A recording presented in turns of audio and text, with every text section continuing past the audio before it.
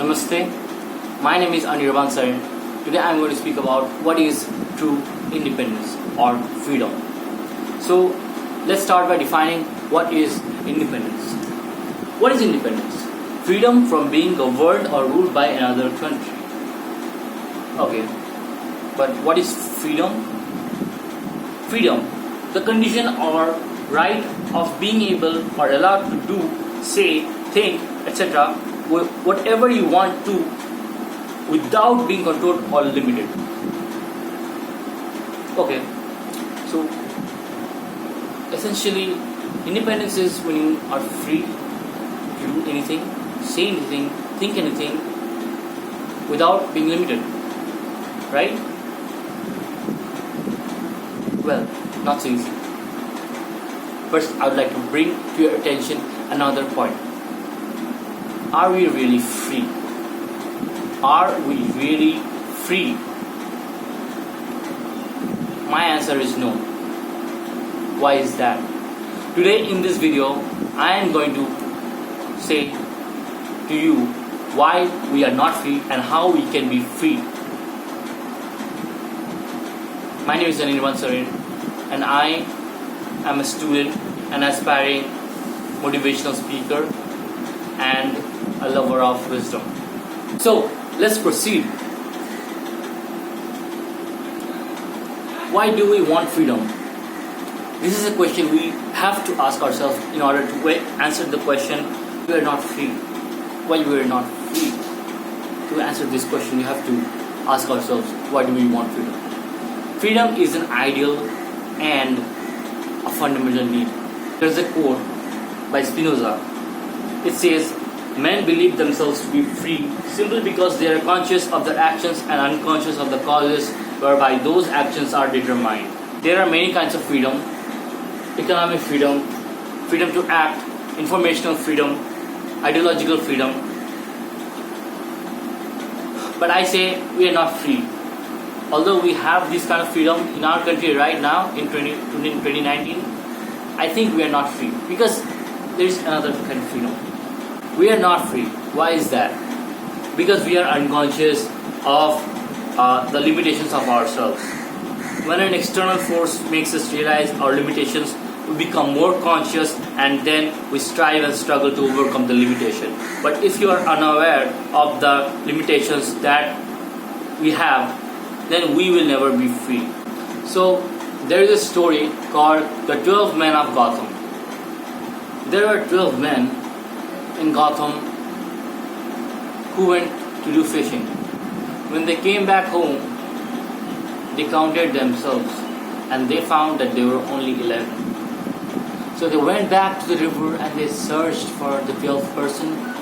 A courtier came and he asked the 12 men, what are they searching for?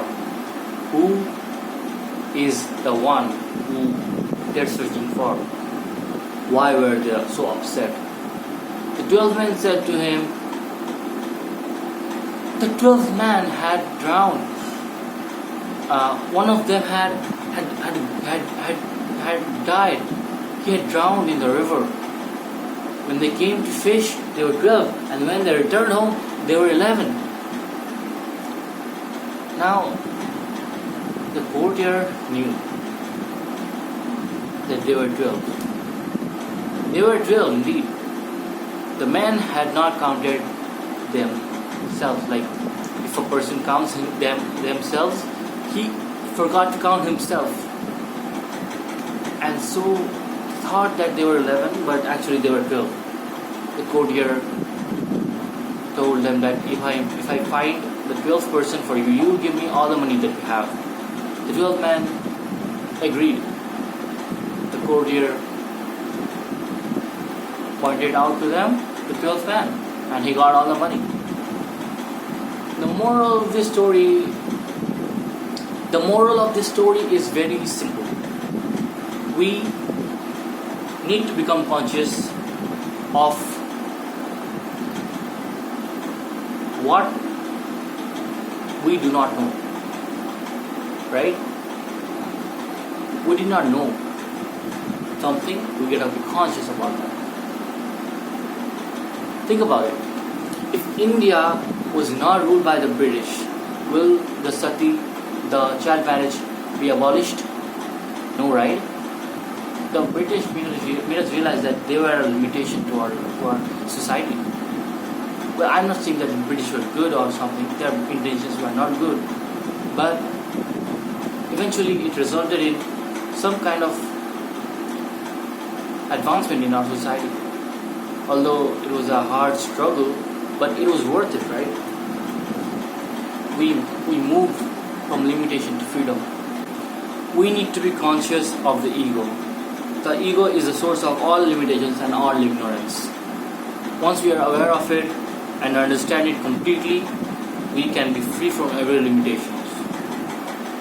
So, if you want to become truly free, we have to become conscious of the limitations, aka the ego. What is the ego?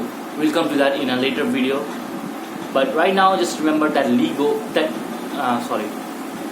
But right now, just remember that the ego is the false identity, the false self. So,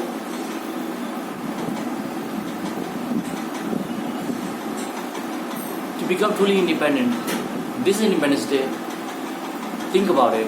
Will you become a pseudo-patriotic person who fights other nations to think that he's patriotic? Or will you become a true patriotic person who self-observes and who introspects himself, his identity, his actions, his beliefs, and does good in society and brings unity throughout the world? Which one will you be?